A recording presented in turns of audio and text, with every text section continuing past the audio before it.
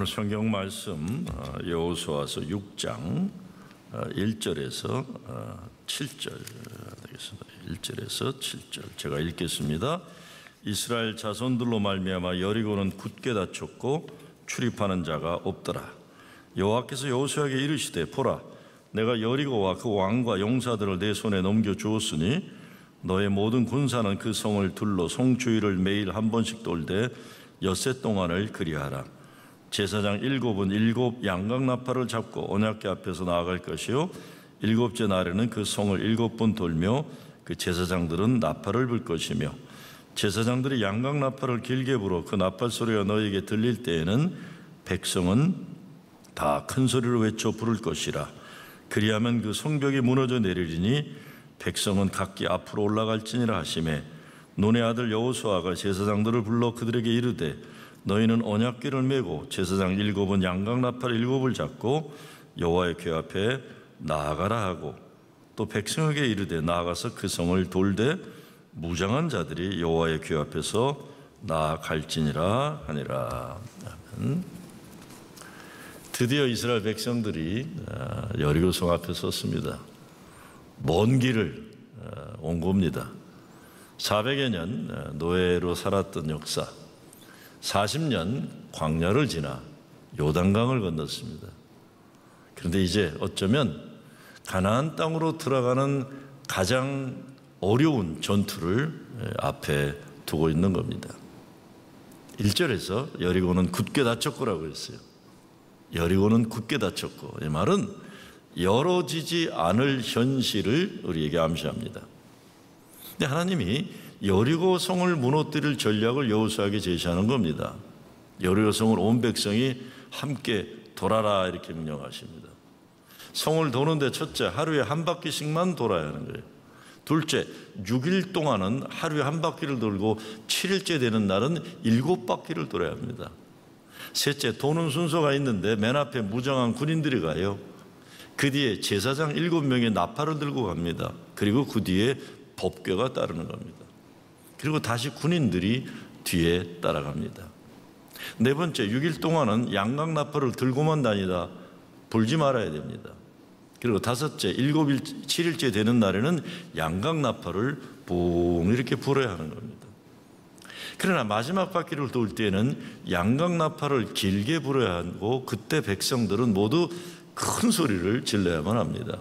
그러면 여리고성이 무너져 내릴 것이라고 하나님은 말씀하십니다. 이스라엘 백성들은 하나님이 명령하시는 그 내용대로 순종하며 따르면 되니까 그렇다 하지만, 반대편에 있는 여리고성에 있는 이스라엘 백성들을 내려다보면서 여리고 군사들은 무슨 생각을 했을까요? 그동안 이스라엘 민족에 대한 소문을 들었는데 처음 그들을 보았습니다. 본 거예요. 처음. 저 사람들이네. 소문을 들어보면 하나님이 함께 하셔서 대단한 위력을 가지고 담을 띄워 올라갈 것 같은데 성을 빌빌 돌고 있는 거예요. 빙빙 돌고 있는 겁니다. 처음에는 아마 저것들 왜 저러나 했을 것이고, 시간이 지나면서 돌았나 보다 했을 거예요. 근데 하루 이틀, 일주일간을 그렇게 돌고 있는데 말이 없어요. 어떻게 그 많은 사람들이 말 한마디 없이 그리 침묵할 수 있을까 신기했을 겁니다. 그런데 소리 지를 때는 모두 한 목소리로 함성을 지릅니다. 깜짝 놀랐을 거예요. 근데 그 함성 소리에 여리고성이 무너졌습니다. 다른 것 아닙니다. 이스라엘 백성들은 어떤 상황과 현실에서도 하나님 말씀 순종하도록 훈련된 백성이 되어버린 겁니다. 그래서 어떤 분은 여리고성 함락을 갑자기 일어난 기적이 아니라 축적되어 온 하나님 말씀 순종의 결과라고 말하기도 합니다. 원래 순종 잘하던 백성들이 아니었지만 광야 40년을 지나고 요단강을 건너면서 하나님 말씀 순종의 백성으로 훈련되어졌다는 것입니다. 나라를 지키고 국방을 지키기 위해서는 높이 쌓은 국경선도 있고 만리장성 같은 담도 필요합니다. 육해 공군 군사력도 필요합니다. 근데 나라가 무너질 때는 국경선이 약하거나 담이 허술하거나 군대가 무력해서 무너지질 않아요. 그 나라 국민들의 정신이 잘못되고 지도자들의 생각이 잘못되고 나라를 지탱해 주는 민족의 가치관이 무너질 때 망하는 겁니다. 여리고성보다도 대단하고 위대한 성이 있다면 중국의 만리장성일 겁니다. 중국은 만리장성을 쌓으면서 외적이 절대로 뚫을 수 없는 방어벽을 세웠습니다. 기어 오를 수 없을 만큼 높고 무너뜨릴 수 없을 만큼 두껍고 돌아갈 수 없을 만큼 긴 성벽이라고 했습니다. 그러나 만리장성이 세워진 후 100년 동안 3번이나 침입을 당했습니다. 오랑캐, 중국 사람들 입장에 오랑캐 외적의 침입을 당해요. 벽에 문제가 있어서가 아니었습니다. 아무도 성벽을 기어오르지 않았습니다. 무너뜨리지도 않았습니다. 돌아가지도 않았는데 장벽이 뚫렸어요. 이유는 만리장성 여러 곳에 흩어져 있는 성곽 문지기 몇 사람들에게 뇌물을 주었고 그 뇌물을 받은 청지기들이 문을 열어줘서 외적 오랑캐들이 문을 열고 진군에 들어갔다는 것입니다. 그 성벽이 열린 것은 그 성을 지키는 사람들의 가치 붕괴 때문에 일어난 것입니다. 오래전 제가 시카고에서 목회할 때에 시카고 대학에서 박사학위를 하러 온 부부가 있었습니다. 부부 둘 모두 공부를 잘하는 사람들이었어요. 근데 여름방학을 이용해서 돈을 벌겠다고 가발 장사를 시작했는데 80년대 가발 장사, 70년대 가발 장사 뭔지 아실 거예요. 대세가 가발 장사였어요. 그 사람들 말 그대로 하면 매일 쇼핑백에 가득하게 돈을 들고 들어와서 밤새 돈 세다가 잠을 들곤 했대요. 이건 그대로 얘기입니다. 진짜 그랬었습니다. 80년대만 해도 가발 장사가 대세였어요. 그렇게. 그래서 박사학위 하던 공부를 그만두고 돈을 많이 벌게 되니까 집도 학군 좋은 서버브에 수영장이 있는 근사한 거 사고 자동차도 남들이 엄청 부러워하는 차를 타고 다녔어요. 근데 나중에 망했어요. 망한 다음에 그 부인이 저를 찾아와서 통곡을 하며 울고 이렇게 말합니다. 목사님, 우리가 장사를 잘못해서 망했으면 이렇게 억울하지 않습니다. 장사를 못한 것이 아닙니다. 매일 밤 그 망한 놈이 누굴까 잘 생각해 보세요. 그 망한 놈이 수천 불씩 술집에다 박아 쳐놓은 것을 제가 깜짝같이 몰랐습니다. 망한 놈이 누굴까요? 이 남편 놈이에요. 남편 놈. 장사 잘 되니까 남편이 술집을 자주 드나들고 나중엔 술집 아가씨와 살림을 차리고 그래서 장사에는 관심이 없고 있는 돈 없는 돈 다 허랑방탕하게 낭비한 거예요. 가치의 붕괴가 무서운 겁니다. 우리가 여호수아를 공부하면서 가나안 약속의 땅 정복을 통해 우리 가정과 교회와 새 역사, 새로운 하나님 약속의 땅을 생각하고 있어요.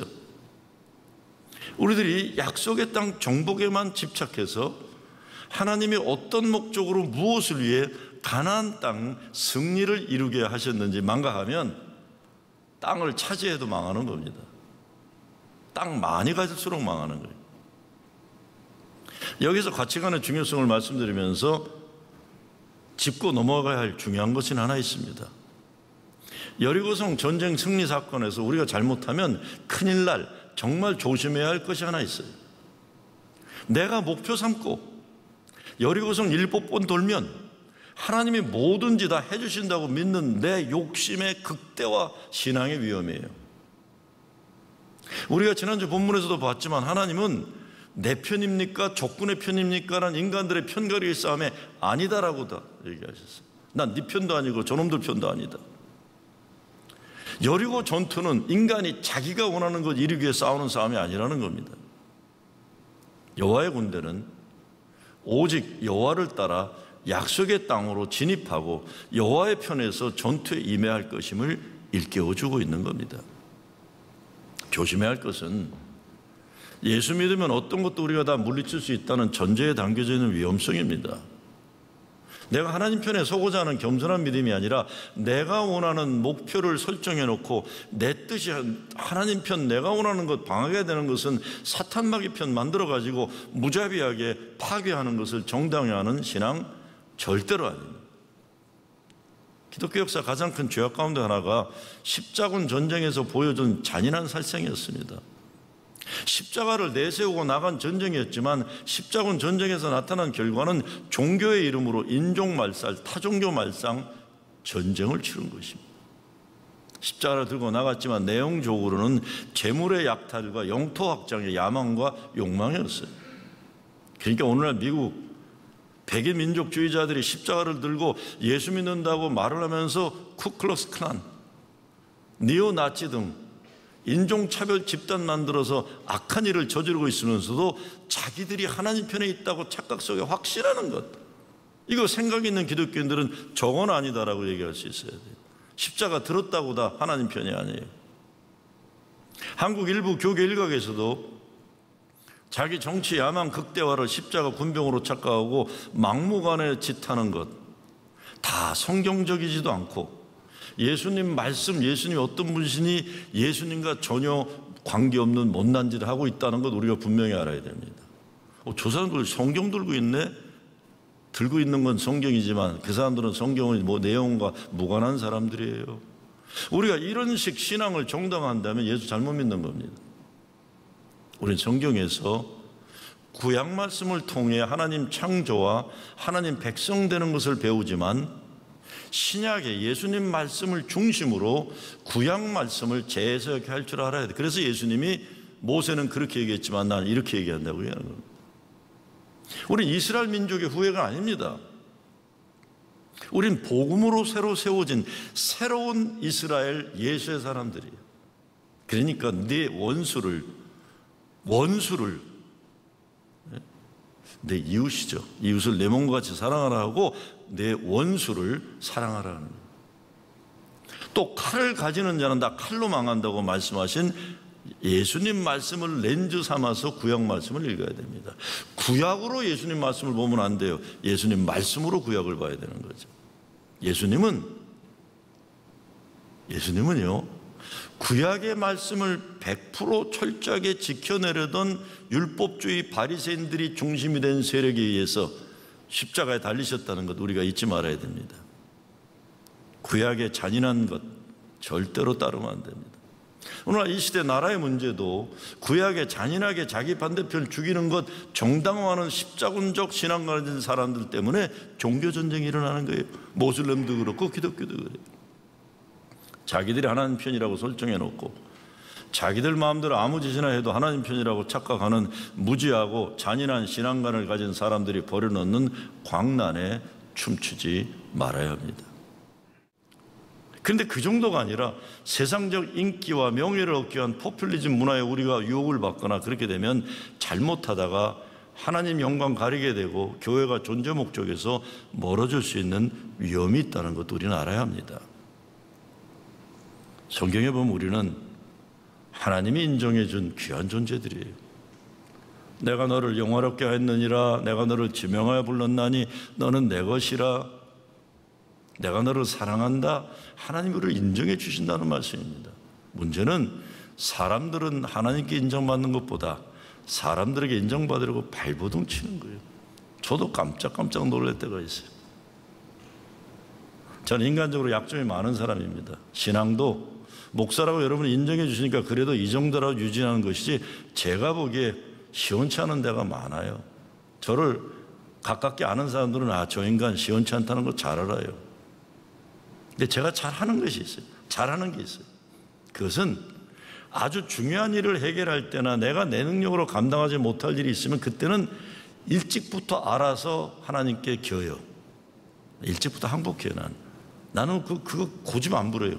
특별히 정말로 나 같은 인간이 관여하기 너무 큰 하나님의 역사를 앞에 두게 될 때는 처음부터 이건 하나님의 역사라는 걸 분명히 합니다.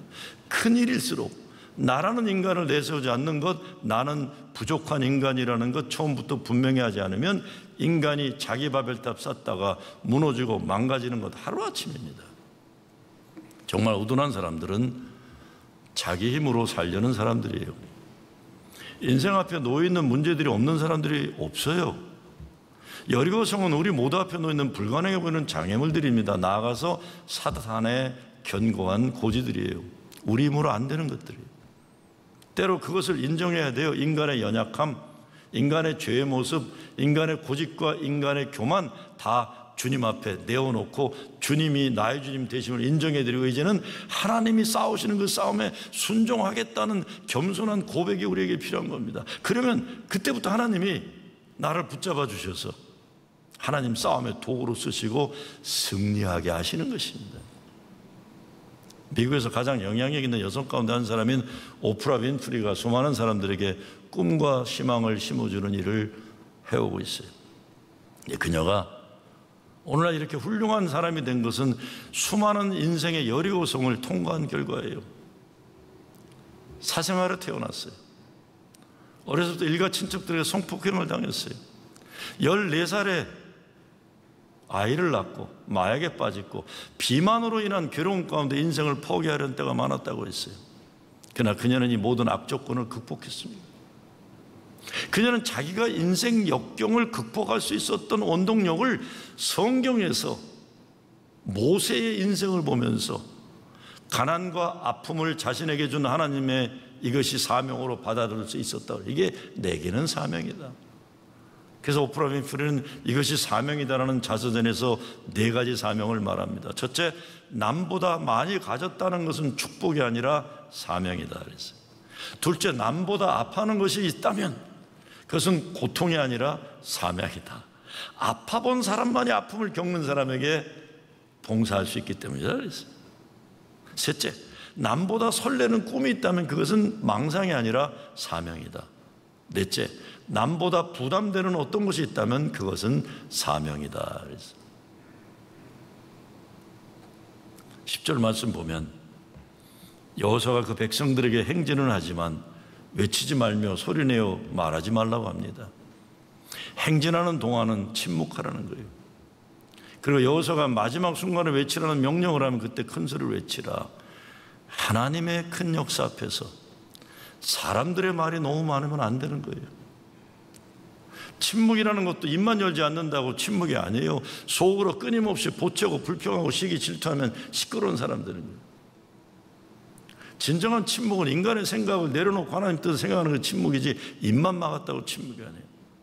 제가 요즘에 우리 목회 스태프 회의를 이 바깥에서 하는데 마스크들을 쓰고 있잖아요.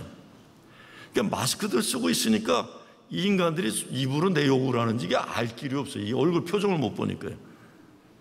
우리 박 목사님 앞에 계시지만 저분이 지금 속으로 무슨 생각하는가 알 길이 없으니까 아주 불안하기 짝이 없어요. 야, 이제 마스크 쓰면 부목들도 그냥 뒤에서 무슨 말인지 내가 알 길이 없겠구나 하는 게. 말 안 한다고 말 안 하는 게 아니에요. 진짜 말하는 건 안 하는 건 말씀에 순종하는 거예요. 오늘 여리고성 전투를 보면서 제가 살아온 지난날 무너뜨려야 할 여리고성이 있었는데 말없이 하나님 말씀 순종하지 않고 잘난 체 하면서 말만 했던 시절이 후회되는 것들이 많아요. 잘난 체 하면서 말 많이 했던 것. 가정에서도 교회도 기도하기보다 말만 하는 사람들 많으면 여리고성 무너뜨리는 것 못하고 서로 싸우다 무너집니다. 행진할 때는 소리내지 말고 침묵하면서 하나님 뜻을 생각해야 돼요. 그러면서 힘을 모았다가 무너뜨려 하는 여리고성 앞에서 모두 함께 소리를 내야 됩니다. 그런데 앞에 큰 영적인 전쟁을 앞두고 가정이나 교회나 이 사람 저 사람 아무 때나 소리 지르고 서로 언성 높이고 자기 소리 각자 아무 때나 외치면 힘든 거죠. 어떤 데 정말 피 터지게 토론하고 할 말 다 하고 풀어야 할 문제도 있어요. 그래야 해결되면 그래야 합니다. 그런데 정말 우리 인생 하나님이 제시하시는 거룩한 대업을 앞두고는 사람의 말은 줄이고 순종해야 돼요. 여리고성 무너뜨리기 위해서 자기에게 맡겨진 사명만 잘 감당하고 맡겨진 자리에서 순종하는 거예요. 일이 작으면 소리내고 싸워도 문제 없어요. 그러나 일의 내용이 크면 클수록 침묵할 줄 알고 함께 외칠 줄 알아야 하나님의 기적의 역사에 쓰임받는 겁니다. 믿음의 눈으로 보는 훈련이 신앙입니다. 그래서 히브리서 11장에 보면 여리고성 전투를 이렇게 설명해요. 믿음으로 7일 동안 여리고를 두루 다니매 성이 무너졌으며 그랬어요.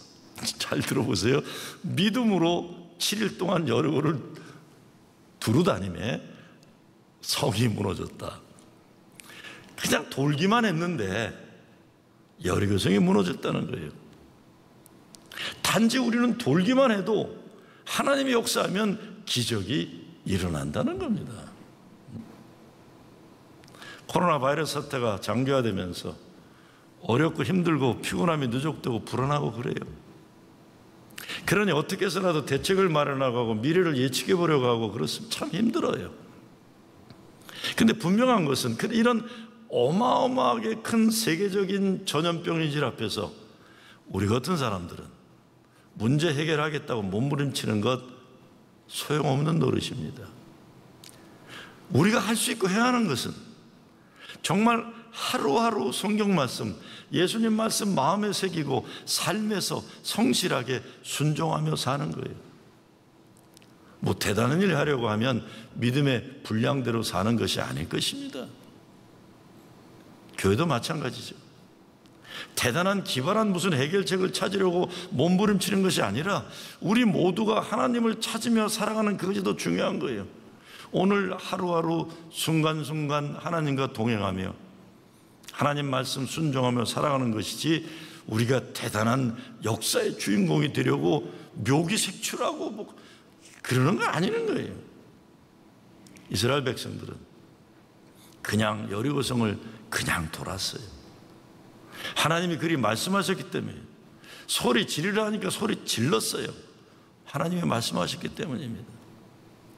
오늘 전투대회를 다시 생각합니다. 무장한 군대가 앞에 있고 뒤에 있고 그 가운데는 찬양대와 하나님의 언약궤가 있어요. 약속의 땅으로 가는 싸움은 하나님 찬양을 위한 싸움이고 하나님께 예배드리기 위한 싸움이고 하나님이 함께 하시는 하나님 임재의 상징인 언약궤를 우리 중심에 모시고 살아가는 거예요. 하나님이 함께 하시고 역사하신다는 믿음입니다. 나의 삶의 중심에 창과 칼을 세우는 것이 아니라 언약궤를 모시고 사는 거예요. 그러니까 여리고성을 7번 매일 돌았다 그런 게 중요한 것은 아니에요. 내가 원하는 땅 매일 7번 1년을 걸었더니 내 땅이 되었다. 이거 도둑놈 군성입니다. 가끔 예수 믿는 사람들 자기 편리한 대로 자기 욕심 채우기 위해서 하나님 멋대로 이용하는데 그건 아니잖아요. 그 중심에 찬양이 있고 그 중심에 하나님 함께 하시며 상징인 언약궤를 모시고 말씀에 순종할 때 기적을 일으키시는 분은 하나님이세요. 근데 정말 기적은 내가 하나님과 함께 동행하는 것 그 자체가 아니겠습니까? 그 자체예요. 제가 손주 이야기해서 죄송합니다. 제가 사실 어저께 생일날이었어요. 생일날인데 우리 딸들이, 우리 아들은 뭐 그냥 아빠 I love you로 전화 끊고 말고 우리 딸들이 물어봐요. 아빠 생일 선물 뭐 해줄까? 야, 앞으로 생일 선물이 아니라 크리스마스도 하지 마라. 아빠는 허드슨, 제 손주놈이 허드슨이, 야, 허드슨만 있으면 난 안 먹어도 배부르고 안 받아도 행복하다 해서. 무슨 말인지 아시겠죠? 우리가 정말 하나님과 이루어야 될 기적은 하나님과 그냥 같이 있다는 그것이지, 말씀 순종할 뿐이고 여리고성 무너뜨린 하나님이시고 가나안 땅에 들어가서 축복받는 것보다 더 중요한 것은 광야에서도 하나님 말씀 믿고 하나님과 동행하는 거예요. 이 믿음이 있으면 그 어디나 하늘나라예요. 하나님 함께 하시면 그 어디나 하늘나라예요. 오늘 여러분의 가정 앞에 가로막힌 여리고성을 무너뜨리기 위해 찬양과 하나님 함께 하심의 언약궤를 중심에 모시고 기적의 역사를 이뤄가는 여러분 되시길 주의 이름으로 축원합니다. 아버지 하나님, 여리고성을 드디어 무너뜨렸습니다. 우리도 우리의 여리고성을 무너뜨리게 하여 주시옵소서. 예수 그리스도의 이름으로 기도드리옵나이다.